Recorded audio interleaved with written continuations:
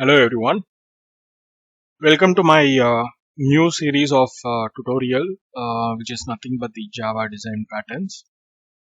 So before getting into the Java design patterns, I myself Satish Kumar Jayachandran, I've been working in IT industries for around 12 years, and I initially started my career as a Java developer, and till now at this point of a time I've been in Java development only.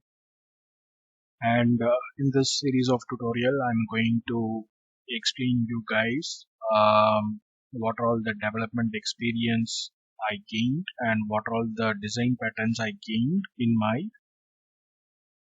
career, and also I'm going to discuss with you guys about the list of design patterns that is there in Java. And I'm also going to touch base you guys with the GOF patterns, which is nothing but the gang of four patterns. And let's get into the topic. So what is Java design patterns? So many of them would have raised the questions at the time, like when you are facing an interview, right? So even I faced a lot of query like regarding Java design patterns. Before start of this topic, the Java design pattern is different from J2EE design patterns. So don't get confused over here. In this, I'm going to explain you guys only the Java design patterns. Maybe in future I may explain you guys like J2EE design patterns, but in this tutorial I'm going to explain only Java design patterns. And this particular tutorial is just an introduction to you guys to know like what is Java design patterns and why often the people are asking me this question in the interview. So for that, you will find the answers in this tutorial. So at first, Java design patterns or a design pattern is nothing but a well-proved solution for a specific problem. And this is the reason like many of you would have been asking you a question in your interview, what is design patterns and what are all the problems that you occurred and what are all the design patterns that you have used in your career like that, right? So hence the reason that they have asked. So whatever I am going to discuss, that is nothing but the gang of four design patterns, is not the only design patterns that you would have seen in your career.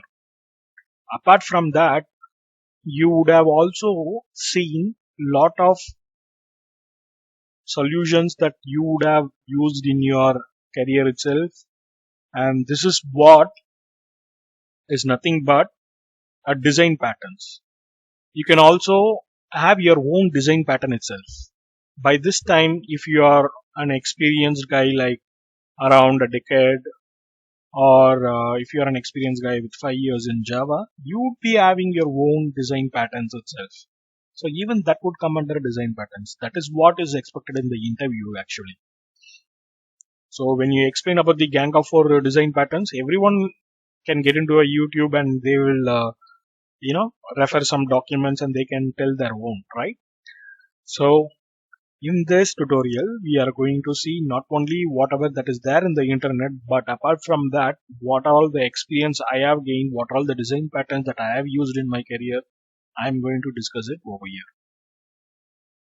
So as mentioned in the slide, like it's nothing but in an enterprise applications, you would have faced lot of problems like null pointer exception at one point of a time, and memory leakage would be present, and there might be some time like where you would have seen your applications, you would have written all your code properly, but it is not working.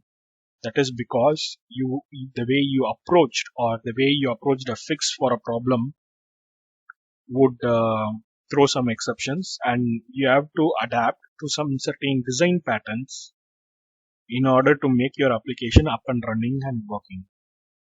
So that is the place like where you use design patterns, and whenever someone asked questions in an interview like what is design patterns, be open enough and broad-minded in explaining what is design patterns in Java rather than giving a bookish knowledge which is there in the slide which is in upfront. So that is what it is expected in the interview. So we'll move to the next topic, like what is nothing but the advantages of the design patterns. So the advantage of the design pattern is like it can be reusable in multiple projects. When you have a particular approach, it is not only would be specific to your project, it can also be used in another project. You can also tell your project managers or somewhere else, like saying that you can also use these patterns, and where you will be credited with a lot of appreciations. And that is a path to a technical architect, those kind of way of approach. So rather than using a trial and error method, like, yeah, this would work or this may not work, a well proved, testified solution in your application is called the design patterns, and those are all the advantages. And one more good thing that using a design patterns is it provides a transparency to the design of an applications. So for a developers who are freshers, if they are coding in Java, what they'll do is they'll refer a book and they'll code like as it is. Like say for example, if they want to create an object, they will create an object multiple times, but you have to have a set of design, make your application quality, right? Quality of application. At that time, you can have one documentations upfront and ask the freshers guys to review those documents, and they can provide a transparency to the knowledge. So that is one of the main advantage of the design patterns. And the design pattern is not a solution to an approach, rather than it is a way of approaching a problem that is present in an applications. So these are all the advantages, and the next topic is when to use the design patterns. So at the time of developing, you should not use the design patterns. Before coding itself, before when you're writing a code, at that time you have to come to a conclusion. Okay, so this is what it is, and this is what the problem is going to come. So I'm going to use this design pattern. So that is the way of approach you should use design patterns in your applications. So this should be done during the planning phase itself, or while your team leader or someone else or technical architect reviewing the code. At that time, this would be useful. And when technical architect designs an application, at that time you have to list out what are all the design patterns that I need to use.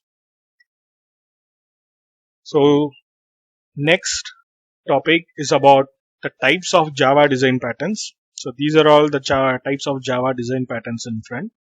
So these are nothing but the gang of 4 design patterns. So don't worry about it. Like each and every patterns I am going to explain you in detail. And after finishing all these topics, don't worry, I am going to create a separate tutorial in this playlist itself, where I am going to explain what are all the design patterns I have used in my career. So apart from this, you can also gain that knowledge. So whenever someone is interviewing you, at that time, if you use this design patterns, obviously, like if you tell the what are the design patterns that is present over here, everyone would be telling that. Like even a layman, like reading the topic in the internet, and they will be telling that. But apart from this, if you tell certain design patterns, that will make your interviewer to choose yourself in an interview, right?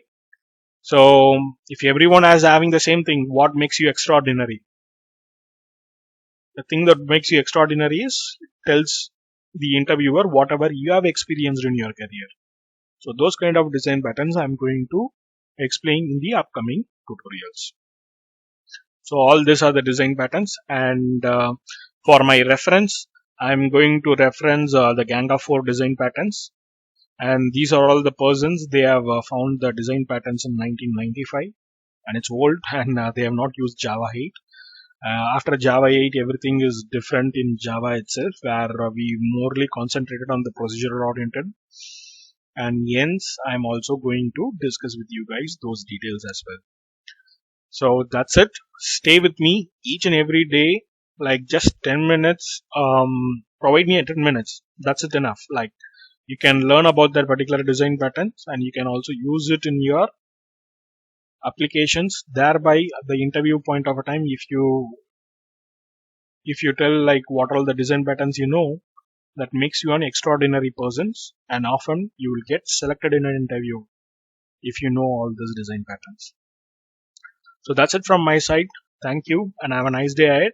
Please feel free to subscribe, and once you subscribe, like a bell notification would be there whenever I am going to add the design patterns topic, and hence I'm asking you to subscribe bell on the same. And in case of any doubts, you can just post in the comments. I'll be replying it as soon as possible I can. Thank you and have a nice day.